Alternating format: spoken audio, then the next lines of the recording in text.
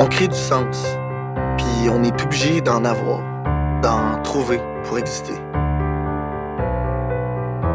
Je suis pas contre la vie ni contre la mort, si pure. Si je peux te dire un truc qui te rassure, j'aurais pu le laisser aller, mais je le garde le sourire. Puis je te mentirais si je te disais que je veux mourir. Mais la plupart du temps, je trouve ça dur, vivre. En fait, exister. Puis c'est pour ça que je te parle de me rendre ivre. Mais en gros, j'aurai toujours jamais de réponse ou de solution tant que j'arrête pas de continuer de me poser ces questions. C'est pas simple. Parce que la vérité me ment. Mais comprends-tu vraiment quand je te répète que le vrai ment? Ça fait aucun sens. Mais il le faut, ça, c'est nécessaire d'en trouver. Comme si on était convaincu que le cercle vicieux pouvait arrêter de tourner.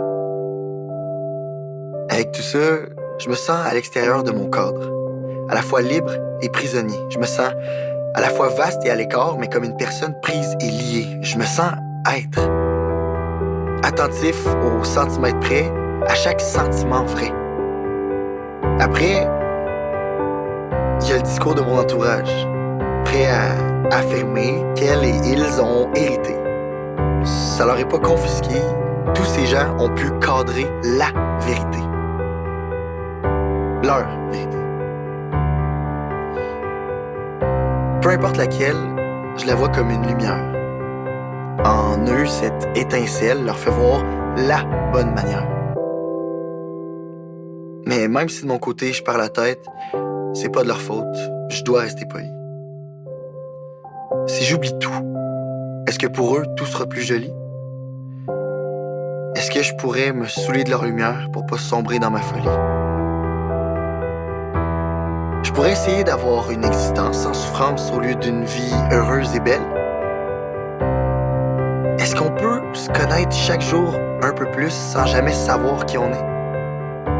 Puis, à quel point on peut accepter nos regrets?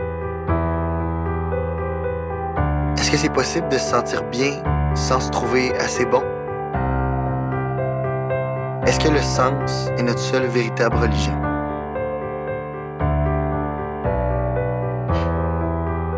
J'ai eu une réflexion triste mais rassurante face à ce problème.